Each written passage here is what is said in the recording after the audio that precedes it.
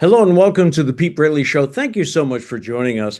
On this show, we shine the spotlight on people that have contributed to making life here in Greater New Bedford and southeastern Massachusetts just a little bit better. And I love to talk to folks that grew up here. Maybe they've gone on to other places doing great things. Please welcome to the show a New Bedford native, Peter Abraham, who is the Red Sox beat writer for the Boston Globe. Peter, thanks for being with us. Yeah, thank you for having me, Pete. Peter joins us from Detroit's his hotel room in Detroit, where as we tape this, the Red Sox are in the middle of a three-game series. Uh, is that one of the more difficult things about your job, all the traveling? Um, well, a lot of people ask me that, and it's really not. I enjoy the traveling, and as a writer, it's you get a lot more advantages going on the road than you do at Fenway Park because there's fewer of us on the road. So you get more time with the players, more time with the manager. I think you get to know the team a lot better. So over my career, I found it's pretty good to go on the road. I think you gain a lot as a writer and gain a lot more knowledge about the team. Now, do you have to make all of your own travel arrangements? Yeah, I do. And I don't mind doing that. I've gotten pretty good at it over the years. Every job that I've had, going back to my first one out of college, I've traveled. So I'm pretty good at knowing what hotels to stay in, what flights to take. A lot of my job is logistics, is making sure I'm in the right place at the right time. Okay, yeah, that must get crazy. I would think you don't travel with the team, correct? No, no, writers used to travel with the team. That ended probably 35 years ago, maybe. But yeah, no, I've always traveled on my own. Obviously, a lot of times you see the guys from other newspapers or whatever on the same flights because we're all going to the same place. But yeah, I've gotten pretty good at figuring out hotels in the American League and National League. And I'm gonna have to talk to you for some travel hacks. I'm sure you have found a way to really pack a light bag and get everything you need. Yeah, I'm Uh, pretty good at all of that kind of stuff. Yeah. Now, one thing people may not know is that Peter is from New Bedford. And what part of the city did you grow up in? Were you a North End kid or what? Yeah, I grew up in the North End, on Agnes Street near Campbell School, where I went to elementary school. My mom and dad are both from New Bedford.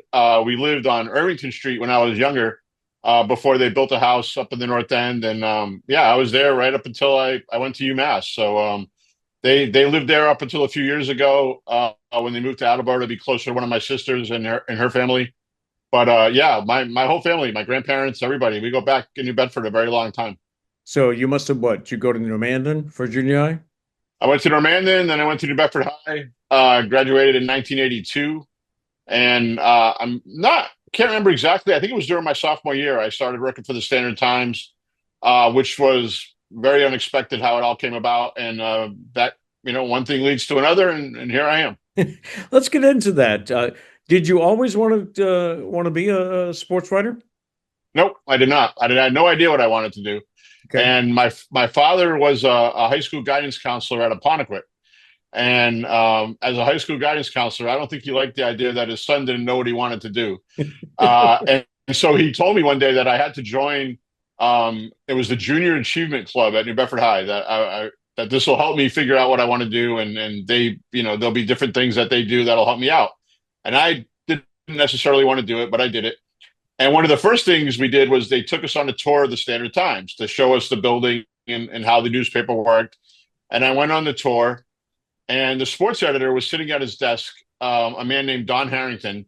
Yes. And I went over to him and I said, Don, the New Bedford High swim team is undefeated, and there's never anything in the paper about it. And he said, well, they don't call in the results. That's the problem. And if we got the results, that we would put them in the paper. So I went to the swim coach, who was one of my teachers, and I said this to him, and he goes, yeah, I always forget to do it. If you want to do it, you can do it. And I said, okay, sure. So I did it. And the next meet, we had the results in the paper, and all my friends who were on the swim team thought that was great. And I didn't think anything about it. And when the team got to the state meet, there were a couple guys who were going to be in the state meet. And I told them when I called in one of the meets, I said, hey, next week they're having the state meet, and these three or four guys are going to be in it, and you guys should know about that. And they said, well, we don't have any reporters who can go to that. But when you call in the results, why don't you get some quotes and we can put it in the story? And I said, well, what do you mean get quotes? And they said, "Oh, just ask him what happened and write it down and tell us when you call back in." I was okay. I can do that. So I did that. I gave him some quotes from the coach and a couple of the guys who had finished well in the States. And the next day there was a story in the Standard Times that said by Peter Abraham, Standard Times correspondent, which I did not write a single word of. Somebody else wrote it, and they put my name on it. And I thought that was pretty good, and my friends thought that was pretty good. We had a story about the swim team in the paper, and that led to them calling me and asking me if I wanted a job answering phones on the weekend, on Saturdays. And I took the job. And after a while, they taught me how to cover games, and I ended up covering. It was a soccer game at Fort Rodman first, and then there was another soccer game at Westport. And I worked my way up to basketball and football and baseball, and that's when I figured out what I wanted to do. So my dad was right. I just didn't know it at the time. That often happens with dads and sons. You've had to move around a lot in your career, right? Walk me through it. You went from what? You went to Connecticut, right? Well, yeah, I graduated from UMass Amherst in 1982, and I had been working at the Standard Times in the summer and during the off break, the winter break, the whole time. And I had covered a lot of different things. I was, pretty much working as often as some of the guys who were working there full time. And I was hoping that they would have a job for me when I graduated. That was my plan, that I would work for the Standard Times and cover the local high schools. And back then, I think they had 5 guys on the sports staff. It was a Yes. pretty big operation. But they didn't have anything open. So I was working part time in the summer and looking for jobs. And I got a job. My first job was in Watertown, New York, which is way upstate, north of Syracuse. And I started that on right after Labor Day weekend in 1982. And it was a very lovely place right up until it started snowing. And when it started snowing, it didn't stop snowing. And I had a studio apartment. And the first time it snowed, I looked outside, and literally all I could see was the tip of the antenna on my car sticking out of the snow. Oh, And it was a tough place to live. And I did some, I learned about being a full-time newspaper person. And then a paper in Connecticut that I had applied to called me around Thanksgiving and said they had a job open. Would I be interested in moving to Connecticut? And it was in Eastern Connecticut. It was probably maybe 90 minutes from New Bedford. And I took that job, and it was I caught a really enormous break. My first month there, the writer who covered the University of Connecticut football and basketball teams, he left the job, and my boss said to me, "Hey, you went to UMass, you covered football and basketball. Would you think you could do this job?" And I said, "Absolutely," even though I had no idea if I could or I couldn't. And it was the first year that Jim Calhoun was the basketball coach at UConn. okay. And so I got in on the ground floor with Coach Calhoun, and I was enormously, enormously lucky that one of his assistant coaches was a man named Dave Lato, who went to Holy Family in New Bedford and was a New Bedford guy. Yep. He had played for Coach Calhoun at Northeastern, and Dave Lato, we met, and it turns out we're from the same place. We knew a few of the same people, so he was very helpful to me. Teaching me different things about the team and giving me some information now and then. And I covered UConn from it was Calhoun's first season, 1986, right through 1999 when they won their first championship. And it was great. We went all over the country, literally all over the world with them. Went to Alaska, went to Hawaii, went on one of their summer trips to Europe. It was really a tremendous experience. I learned a lot about how to be a journalist. And I left there to go to a paper in Westchester County, New York, in right after the 1999 championship with UConn. And I started out as a general assignment reporter and eventually got on the Mets beat and then the Yankees beat. And that's how I started covering baseball. Wow. Were you a Red Sox fan growing up? Yeah, very much. Yeah, we used to go to games all the time. And it was interesting to live in New York and cover the Mets and then eventually cover the Yankees.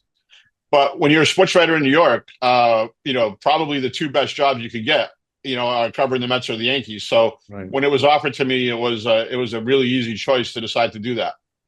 Was the Red Sox job offered to you, or did you go looking for it for the Globe? Well, yeah, that was a really interesting process I applied to the Globe, I don't know how many times, and I never got any response at all other than thank you for your letter. I never got an interview. I never got a phone call. And I kind of resigned myself to like, well, that's okay. I'm in New York and I'm covering the Yankees, and I'm pretty happy doing that. It was a great Hmm. job. And one of the things I did, and it seems funny now because it's so commonplace, but I started a blog on the Yankees, and at the time I was the only writer who was doing a blog and putting anything online. Oh, wow. It was Yeah, it was all kind of a new thing for journalism to have an online presence. So I started doing this blog, and it became pretty popular. We were able to sell ads on it. We had a lot of readers. Even the Yankees kind of took notice of it because I was the only person who was doing anything online. And I conducted interviews with players that we put online, audio. We tried doing some video, and it was a new thing, and it was working out pretty well. And at the time, the Globe was trying to figure out what they were going to do online. It was a kind of a new world for newspapers at the Right, time. right. And Nick Cafardo, who covered the Red Sox for the Globe, was somebody I got to know just from seeing him at Red Sox Yankees games, because back then they played 19 times a year. So you always Right. saw, the writers from the Red Sox. And Nick was he grew up in Holbrook, and, we knew, we were kind of from the same part of the state. And he said to me one day, he goes, we're trying to figure out the online stuff. The Globe should talk to you about, maybe you should be somebody we should be looking to hire. And I said, Nick, I've applied there 100 times. I've never gotten anywhere. And he said, well, I think I can help you. And I said, well, if you can do that, that would be great. And sure enough, he got me an interview. And I went up there and met with the sports editor, Joe Sullivan, and they offered me the job to be the sort of the first online Red Sox reporter for the Globe. And that eventually led to me. I did work for the actual newspaper too. I was, stuff I would write would end up in the newspaper. And a few years after that, I became the regular beat writer. So working for basically at that point, it was sort of an integrated operation. It was online and print. And yeah, that's what I've been doing ever since. So it goes back to 2010 was my first full year covering the Sox. The Globe has done a great job, don't you think? Because the internet has affected so many newspapers, but it sounds like you Yeah. were ahead of the curve. Yeah, and it's got nothing to do with me, but the people who made the decisions made the right decisions, because newspapers for years couldn't figure out, how to, what are we going to do about the internet? Do we give away our product for free? Do we charge? What do we do? Right. And the Globe came up with a model of some of it was free on Boston.com, and then what was on BostonGlobe.com, you would have to pay a subscription for. And it had its ups and downs in the beginning, but we've kind of come to be known as, for a paper of our size, the ones that have kind of figured out how to monetize the internet. And we have, hundreds of thousands of online subscribers. We have content that we only put online that is not in the printed Globe. I think eventually there'll come a time where there is no printed Globe and it'll just be online. And I don't think we're close to that yet, but eventually it'll happen. And we're very much an online operation. A lot of our deadlines are geared for online. A lot of our, the reason that we'll send somebody to do something is for online. A lot of times I'll write a story on a game at night, and they don't publish it online until 5 o'clock the next morning, because that's when people are looking at the internet when they wake up and they're getting ready to Okay. go to work or school. They're not looking at it at 11 o'clock at night. So the first time they told me that we're not going to put your story out until 5 a.m., I said, well, it's all done, put it out. And they showed me the numbers. Nobody's looking at it at midnight, but everybody's looking at it at 5 a.m. So what do you want? You want more people to look at your story, or do you want less? And so it's an easy call, but Right. it's very much an online business now. That's what we're doing. Walk us through what's a typical, well, you don't really have typical days, right? Because they always have different game times. But say you've got a 7 o'clock start. What is your routine? Yeah, usually you get to the park around maybe 2:30 or 3 o'clock. A lot of times in baseball, the players show up early and they're doing things on the field. An injured pitcher might be throwing off the mound, or an injured hitter might be taking batting practice. So if you get there early, there's things that you can see. They usually open the clubhouse to the media before the game for an hour around 3:30 or 4 o'clock, and you get to see the players in the clubhouse. and then the manager speaks to us after that, before the game, and then you have the game, and then after the game, you go right back to the clubhouse. You're in there to talk to the guys. You talk to the manager again. So baseball is a little different than other sports. They don't, a lot of other sports, you don't go to the Patriots locker room before the game, Right. or the Celtics or the Bruins, but you do that in baseball. And I think we have in baseball a lot more access to the players and the manager than other sports do with their athletes. So it's kind of what you make of it. If you can use the time productively, you can get some good stories. So it's a long day at the park. Like the actual game is really probably only about a third of what you're spending your time at the park doing. Do you go to the ballpark with story ideas in mind? Yeah, it depends sort of on what's going on with the team. A lot of times I do. There's injuries you have to keep track of. There's in baseball, there's so many roster moves over the course of the year. There's dozens and dozens of them. So there's always a new player coming in or something going on. So yeah, you do have some ideas, but then sometimes you go talk to the manager and before the game and you said, hey, by the way, this guy is going to start playing shortstop now. So something happens that you're not expecting. So I would say probably 50% of it is something I'm thinking about before I get there, and 50% is stuff that happens while I'm there. Take me back to that Saturday night when we heard about Alex Cora and several members of the coaching staff getting fired. Where were you when you got the news? And then walk me through what happened that weekend. Yeah, well, we were in Baltimore, and the Red Sox beat the Orioles 17-1. So the last thing you're thinking about is, they're going to fire the manager after winning 17-1. And but that night, word came out that there was something going on with the Red Sox, and I started making some calls, and Were you back it at the leads to. hotel? Oh yeah, I was back at the hotel, and so I called the office and said, "Hey, there's something going on. I might need to write another story here." And eventually, it led to finding out that Alex Cora had been fired, and 6 of his coaches had been fired, and the AAA manager, Chad Tracy, was on his way to Baltimore to manage the team, and it ended up being on the front page of the Globe. And I had, they told me, well, you got 35 minutes to write something, so hurry up.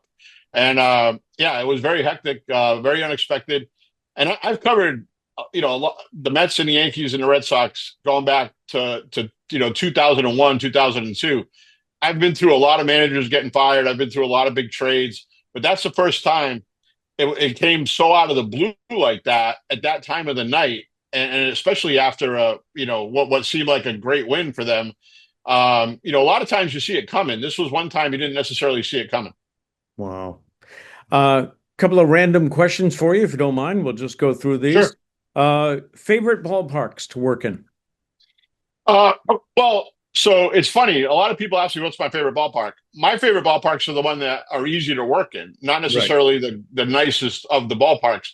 Uh, San Francisco is fantastic. The press box is on the street level. You walk in, you walk right into the press box. It's a staircase to go down to get to the locker room. It's very easy to work there. It's a great view. I love San Francisco. I love Baltimore for that reason. It's a very easy access to get in, to get to the press box, to get down to the clubhouse. Fenway Park's kind of a pain in the neck. The press box is Yeah. it's on the 5th floor of the building. To get down to the locker room, the clubhouse is on the bottom floor. You've either got to wait for an elevator or make your way through the crowd, basically, to get down to where you need to get.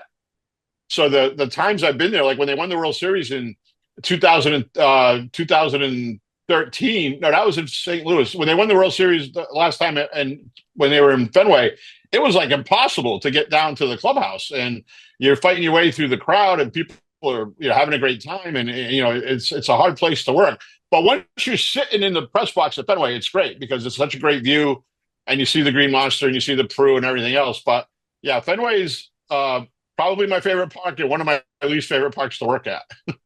One thing I wanted to ask you about was, is it difficult when you have to go into the locker room and approach an athlete when you've got a difficult story to write? Or maybe you were critical of him in yesterday's article. What's that atmosphere like? Yeah, well, when I was young, that was something I had to learn how to do. And especially when I covered a college team, these are guys who are not much younger than I was at the time. And the guy missed a shot to lose the game, and you got to walk in there and say, hey, what were you trying to do there? What happened? It's a hard thing. But as I gotten older, it's just part of the job, and you can't be afraid to walk up to somebody and and the thing is, they know what they did. They know that they missed a shot, or something happened. They got into a fight with a teammate, whatever it might be. So they're expecting us to come over and ask them questions. But one thing I've always tried to do is, if you write something critical about somebody, you should be at the park the next day. And if that person has something to say to you, you should be there for them to say something to you. You shouldn't write something saying, they should trade this guy, and then you don't show up for a week. So I've always thought, that's what I've tried to do. And the other thing that's really benefited me covering baseball is I go to spring training, and I'm there the whole time. And I feel like in spring training, it's an informal atmosphere in a lot of ways. The games don't count. The players aren't too worried about whether they win or lose those games. But you really can get to know guys. You spend more time around them. We're all in wherever it may be in Fort Myers, for a month and a half. You see guys out at restaurants or whatever. So I think if you get to know the players and they get to know you, and they know you're not trying to, trick them into saying something, or, you're always negative, whatever it may be. When there is a hard time, you can walk up to them and say, hey, man, I got to ask you this, tell me about whatever it is. And I think they'll respect the fact that you've been, you're there, you're putting in the time to try to get to know them. You're going to Fort Myers, you're going to, Arizona or wherever it may be to cover the team. I think, you build up a relationship with players, and they understand, like, hey, we're all here to do a job, and, let's just try to get through this the best way we can. Speaking of, covering these athletes a lot, do you ever develop a friendship with any of them, or do you strictly keep that separate? No, certainly not a friendship. I mean, there are guys you get to know.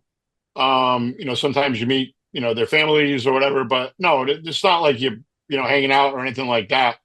There's been a few times on the road where, I've been out with another writer and we've run across somebody at a restaurant. We might, have a drink or something like that. But no, there's never been.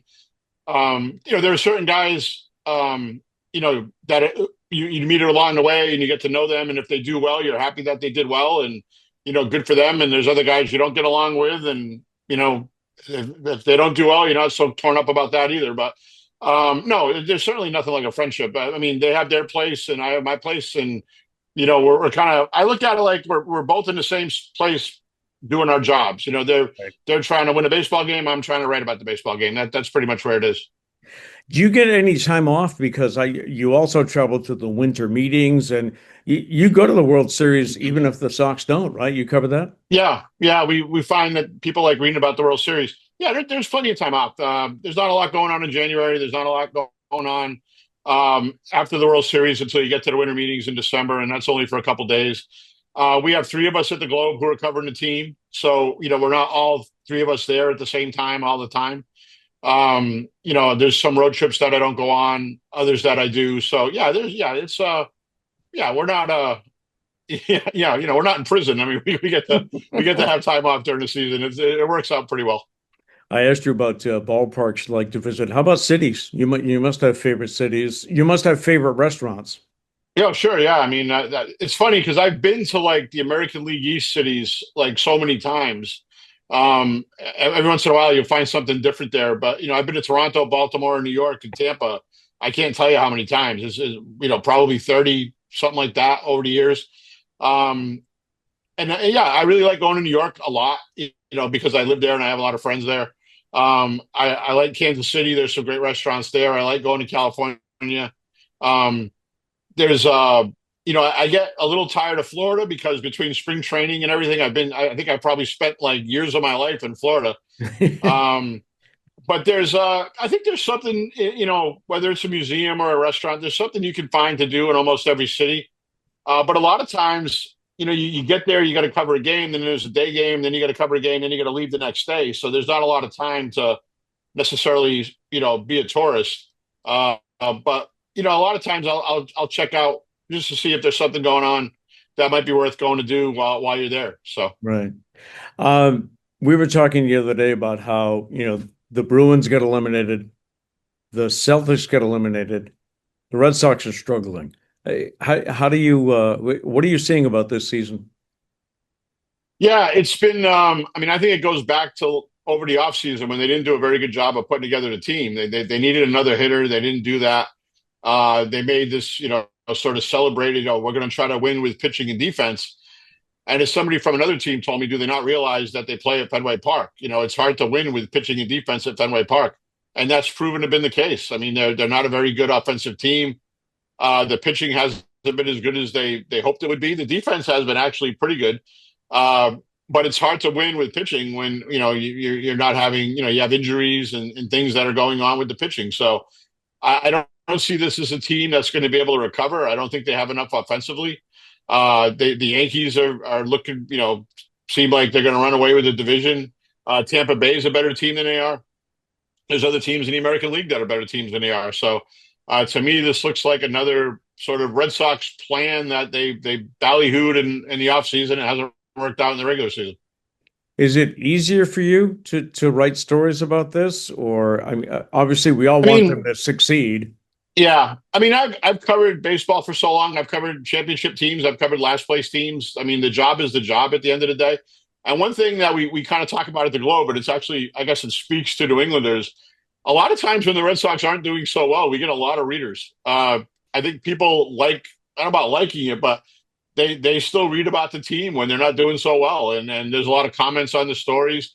One thing about baseball in Boston is I don't think a lot of people think they could coach the Patriots or the Celtics or the Bruins because they don't know enough about hockey. They don't know enough about football.